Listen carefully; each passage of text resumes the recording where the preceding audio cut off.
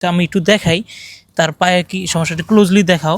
এই যে তার পায়ের সমস্যাটা, যে এইখানে দেখেন এই যে কতগুলা আপনার এইখানে মূলত কিভাবে কি হয়েছিল আপনি একটু বলেন। লোক রিং লাগাইছিল, আর এটা লোক হেনতা হাড্ডি বাইরে গেছিল, এই হাড্ডি না থাকার কারণে রিং পরাইছিল।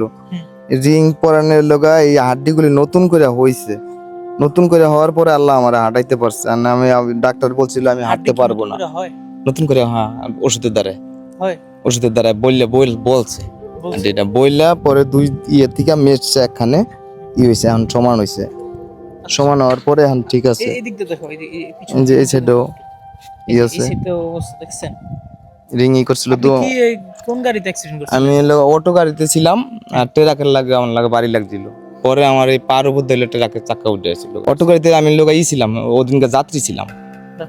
আর আমি লোক অটো ভ্যান ছিল, অটো ভ্যান চালাইতাম। আমি মাদারীপুরে গেছিলাম, মাদারীপুর না হাফ টাইমে ওই লোক আমার এই অ্যাক্সিডেন্ট হয়েছে। পরে এই যে হওয়ার পর আমার পঙ্গু হাসপাতালে, আমি 6-7 মাস পঙ্গু হাসপাতালে একটানা আসছিলাম।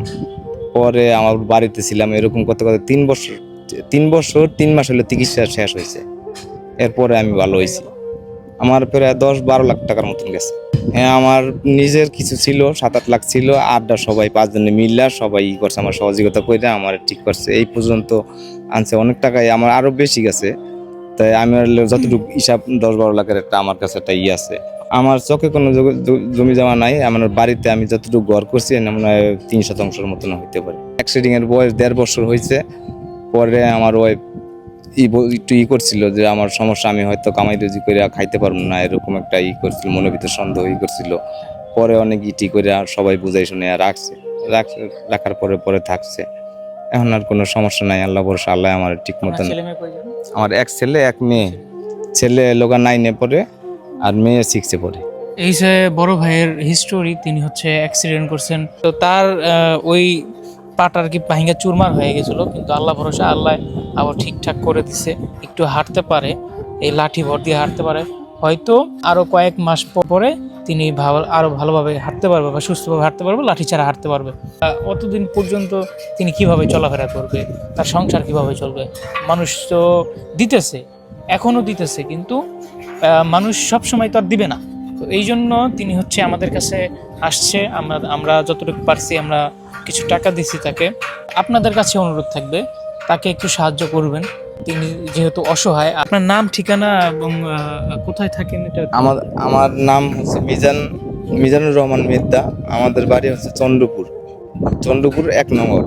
আমার আব্বার নাম হাসান মেদ্দা।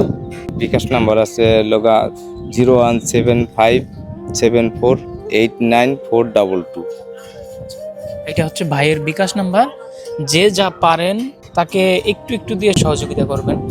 তিনি আমাদের কাছে আবদার করছে একটা অটো ভ্যান বা অটো গাড়ি। তিনি যেহেতু হাঁটতে পারে আস্তে আস্তে, তিনি বৈশা গাড়ি চালাইতে পারবে, এই জন্য আমাদের কাছে আবদার করছে একটা ভ্যান বা অটো।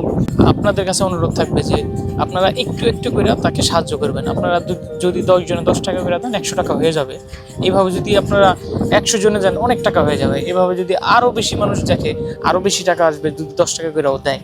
তো এই জন্য সবাই মিলে তাকে একটু একটু করে সাহায্য করলে তিনি হয়তো একটা ভ্যান বা একটা অটো গাড়ি কিনে চালাইতে পারবেন। তাই আপনাদের কাছে অনুরোধ থাকবে আপনারা তাকে একটু সাহায্য করবেন তার দেওয়া বিকাশ নাম্বারে। সবাই ভিডিওটা শেয়ার করবেন।